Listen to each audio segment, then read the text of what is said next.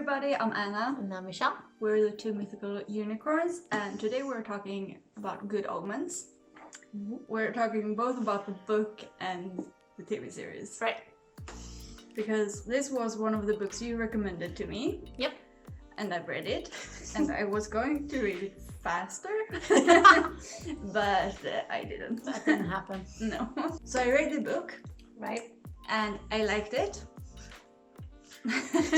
It has a very interesting story, and I liked, like, you got all the different little parts from different things, but it didn't have any momentum or any, like, drive forward, which is probably the reason that it took so long for me to read. Because I was like, oh yeah, this is good, I like this, and then I had to stop reading and I put it away, and I didn't feel the need to pick it back up again.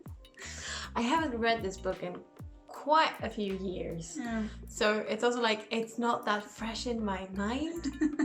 Like, No. I read it a lot, like when I was quite young, in Swedish, first of all. Yeah. Yeah.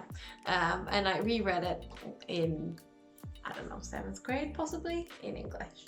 But I don't think I've read it since. Oh. So it's been a while. But because of the resurgence of the TV show, I was like, oh, that's a good book. Yeah. But yeah, no, Neil Gaiman, I read a lot of Neil Gaiman, so I'm quite used to the whole, like, he doesn't really work on like a time. I've read 2 Neil Gaiman books previously. Right. And Stardust, it was good. Yeah. It was the same thing. It didn't really have any forward momentum. No. And then the ocean at the end of the lane. That didn't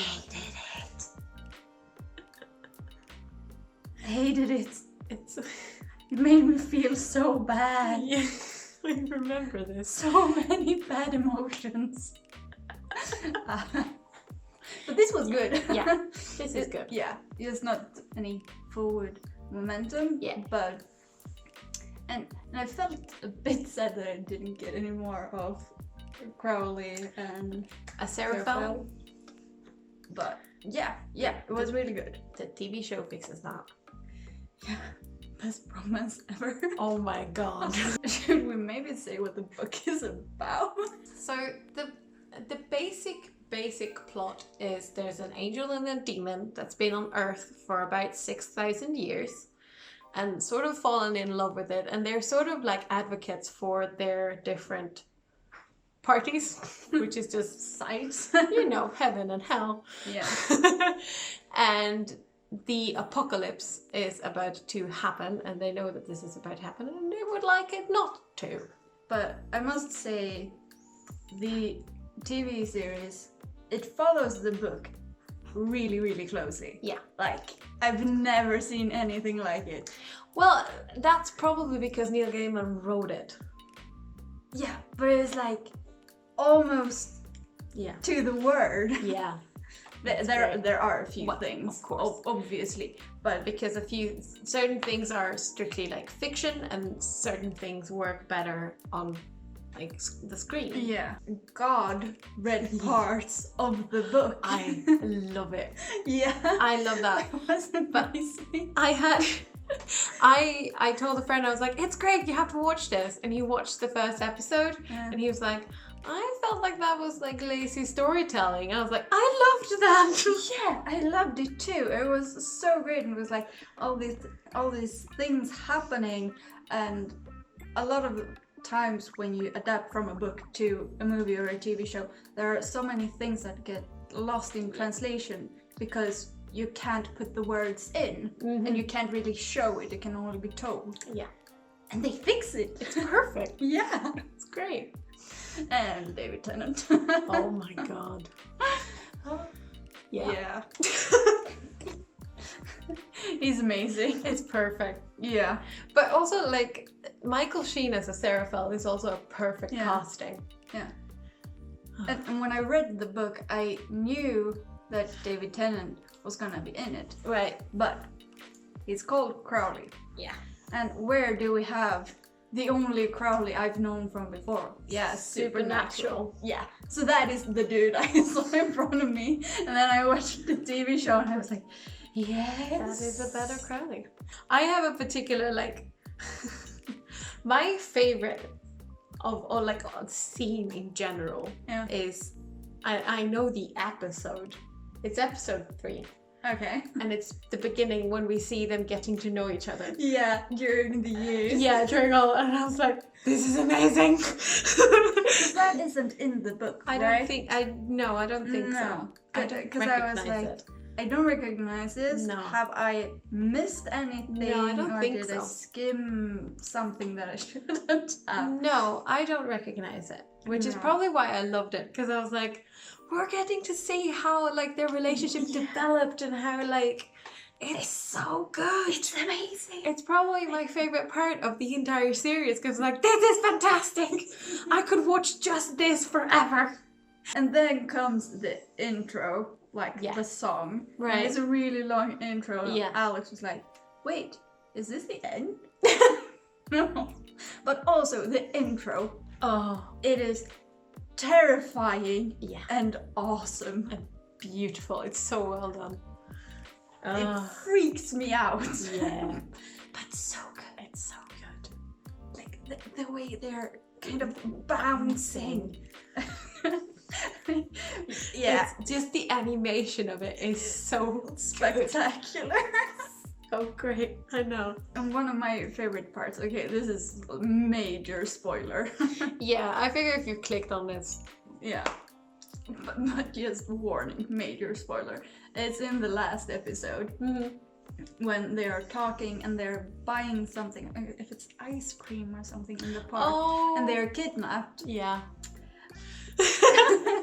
and Aziraphale is brought to heaven and is gonna be burned by hellfire. Right. And Crowley is taken down to hell and is gonna be bathing in holy water.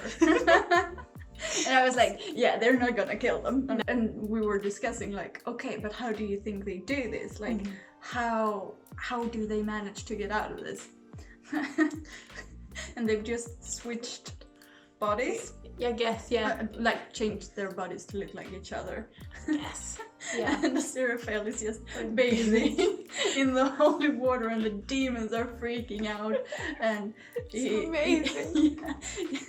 And when they see each other again and they switch back and they're so happy. So and Aziraphale is like, I told Archangel Michael to fetch me a towel.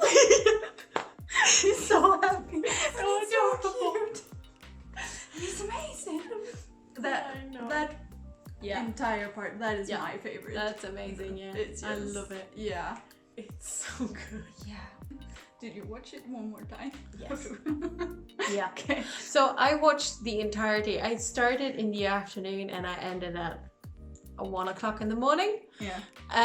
Texting me the entire time. Yeah. Oh, this is amazing. It's fantastic. It's so good. Oh my god, this thing. And I'm thinking in my head like, poor Anna. Yeah. And I was away playing a basketball cup, so I was asleep through all this because I had to get up really early. Yeah. Well, yeah. I was like, That's what happened. I'm just gonna skip all of this because I'm gonna watch it on my own when I get home.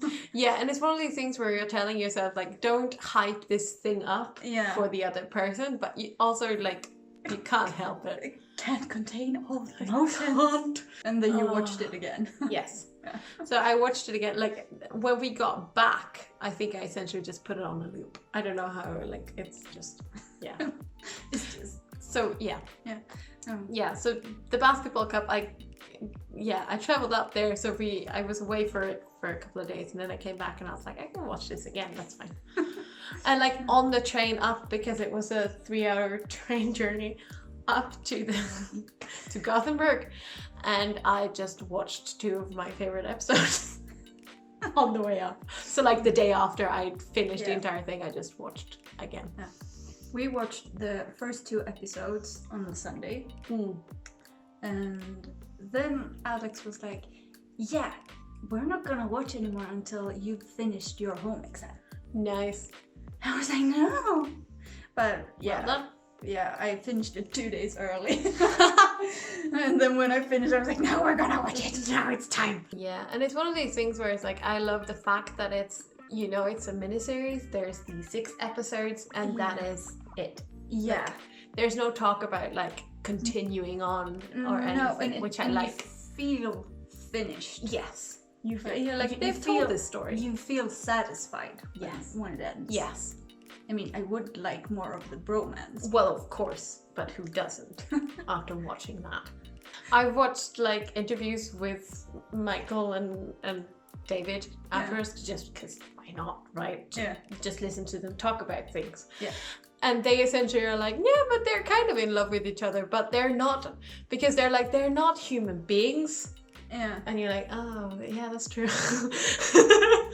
Like, they consider it like the greatest bromance of all time, essentially. Yeah. It's like, It's just the best. All other bromances pale in comparison. It's so, but like, I remember specifically one thing that I texted you when I watched it the first time. I was like, he calls him Angel? This is adorable. Yeah. Because, and then a little gif. like, I can't deal with this. I don't, because as I said, I haven't read the book in so long, so like a lot of these like little details and things I didn't remember. Yeah. I don't know if he calls him Angel in the book. Maybe he does. Or maybe that's a TV That's- show thing. That's a too small detail for me to remember. Fair enough. It took me 3 months to read this book. Yeah, Like I that's began alright. almost immediately after I got it. It's taken me till last week. Yeah, fair to enough. read it. Yeah. So That's fair. I don't remember all the details in the beginning. I don't remember if he does, No. but it was like, I think it's because David Tennant is calling someone Angel. Yeah. It's like David Tennant in general. Like Yeah. Another favorite scene of mine is him shouting at the plants. or when they're in the church. Oh yeah! Ow! Ow! Holy ground! So good. It's amazing. It's so. Yeah. It's like, I didn't want you to embarrass yourself. Yeah. Oh, It's so good. If you haven't seen it, you have to see it. It's so It's- good. Yeah. It's so, like, I would even go as far as to say like it's better than the book. Yeah. Actually, and I love the book. Yeah. Because They're both- good for different reasons. Yeah, but both of our favorite scenes Yeah. are Crowley and the Serafeld. yeah, and they are only in the TV show. It's not in the book. I know. Yeah. Because I was like, when I read it, I was like, oh, soon I'm gonna get to that part when they switch, and then I was like, Nope, no, that didn't happen. that was it. Yeah. Yeah, because I didn't know that either, but I sort of figured when they said the prophecy of like choose your faith wisely, I think it is, Yeah. right before, or choose your masks wisely or something like that. I just clicked. I was like, they're gonna change. they're gonna do it. They're gonna. And it's also like funny because like actually Michael Sheen was gonna be the demon originally. Like years ago when they first started talking about the whole thing, and it's kind of funny like when they're on that bench and they're like actually in different bodies and you're like, this is what it would have been like. This is weird. Yeah, he does it well. Like the switch, but Yeah, David Tennant. yeah, and those fucking sunglasses. Yeah, he looks good. I was this close to ordering a pair and I was like, that's ridiculous. Give it 2 weeks, then you will. Probably, they're sunglasses. I have a lot of them. Yeah. Do we have anything else, like, other than just saying how awesome David Tennant is? I'm also saying like, Michael Sheen is also amazing. Also, John Hamm as Gabriel is fantastic. He's also really funny. I think I like the whole like at the military base, I guess it is, in the final episode. And heaven and hell are like, how dare you stop this? This is what's supposed to be happening. Yeah. Like the unwritten, the inevitable plan. that one. And they're like, but it's inevitable. So you don't know. You don't know. And then he says, God doesn't play games or something like that. With the universe. And Crowley goes, where have you been? and I was like, yes. I also love that it's a woman who's God. Like Yeah. the voice. Yeah. Appreciate that. Yes. That's very Neil Gaiman though. Yeah. That doesn't surprise me. No, it just fit right in. Yeah, it really worked. The only thing that I was like, I can't really watch this was when they're putting Jesus on a cross. I Yeah. was like, oh, Yeah, this that- is uncomfortable. That was hard. I'm like, no.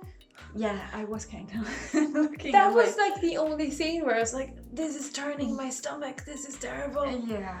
Yeah. And I can't particularly explain why exactly, the thought of them hammering them Yeah, to yeah. crosses with nails Yeah. is quite gruesome. Yeah.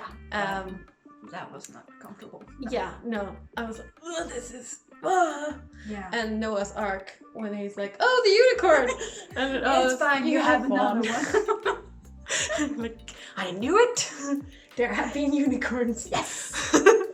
The sex scene between Oh, Anathema. yeah. Anathema, that's the I one. got the name. Well done. And The other guy. yeah, Jack Whitehall is the actor's Yeah. name. Pulsifer. Oh, Pulsifer. Yeah, Yeah. true. Don't remember the first name. Don't know. But their sex scene. Yeah, but it's even funny because she's like, oh, all right. Yeah, she knows it's gonna happen. Yeah. And she's just like, Okay. let's have sex now. That's fine. In the middle of a hurricane or something. Yeah, and they're kind Tornado. of spinning around and then they're just popping out from underneath the bed. It's just really weird. It's fantastic. I was just like, what It are you seems so doing? random. that is not how you have sex. I do not know how this is working. Well, he doesn't know, technically. No, but how does he just slide out?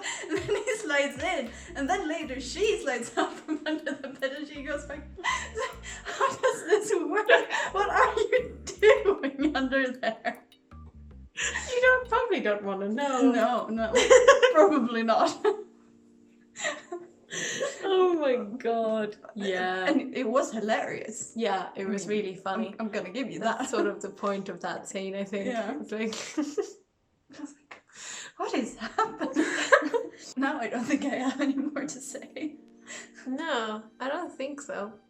I think that was it. Yeah, go watch it. Yeah, if you haven't. And if you have watched it, what were your favorite scenes? Yes. Because we'd like to know. Until next time. Bye. Bye.